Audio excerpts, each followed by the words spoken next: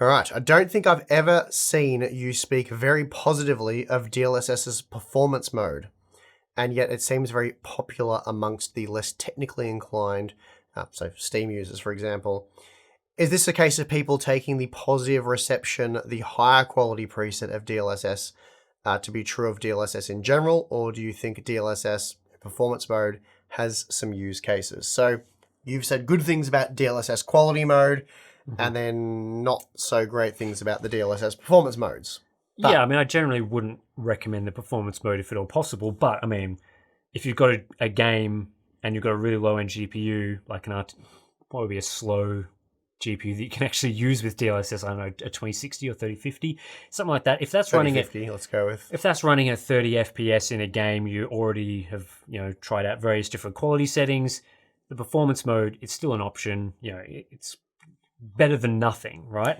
Well, and it's still, are you better off lowering actual quality settings to get that gain rather than potato DLSS? I mean, I would prefer dropping from ultra to medium, but if we're already at medium, then often the low settings can look real bad. Mm-hmm. So again, it's always that sort of balance of things, isn't it? Like there is a point where using DLSS performance mode is more preferable than dropping from medium to low. It's going to depend on the games and that sort of thing. But certainly, in some games, the quality of the performance mode isn't amazing, but it's usable at certain resolutions. And again, if you've got a low-end GPU, I think there's a reason to use it.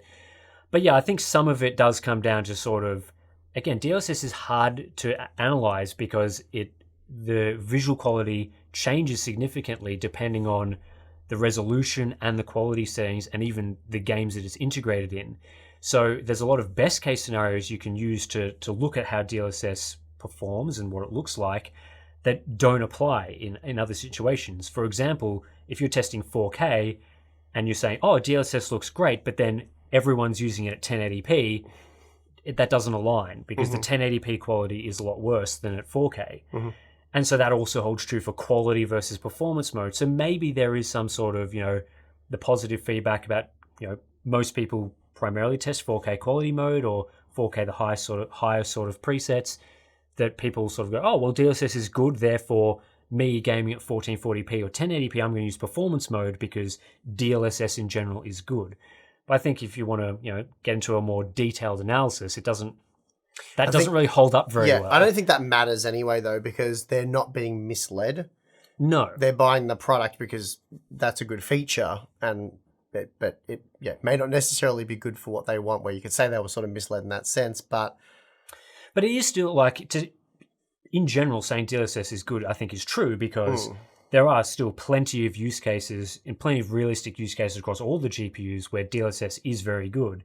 And yeah, 1080p isn't a great example, performance mode isn't a great example, but the quality mode, 1440p, is very usable. I guess it would be if you conflated that with performance. So if you did a lot of your benchmarking with DLSS enabled, which is one of the reasons why we avoid doing that as much as possible, because of what we're talking about now, the resulting performance could be very different, or the image quality could be drastically different.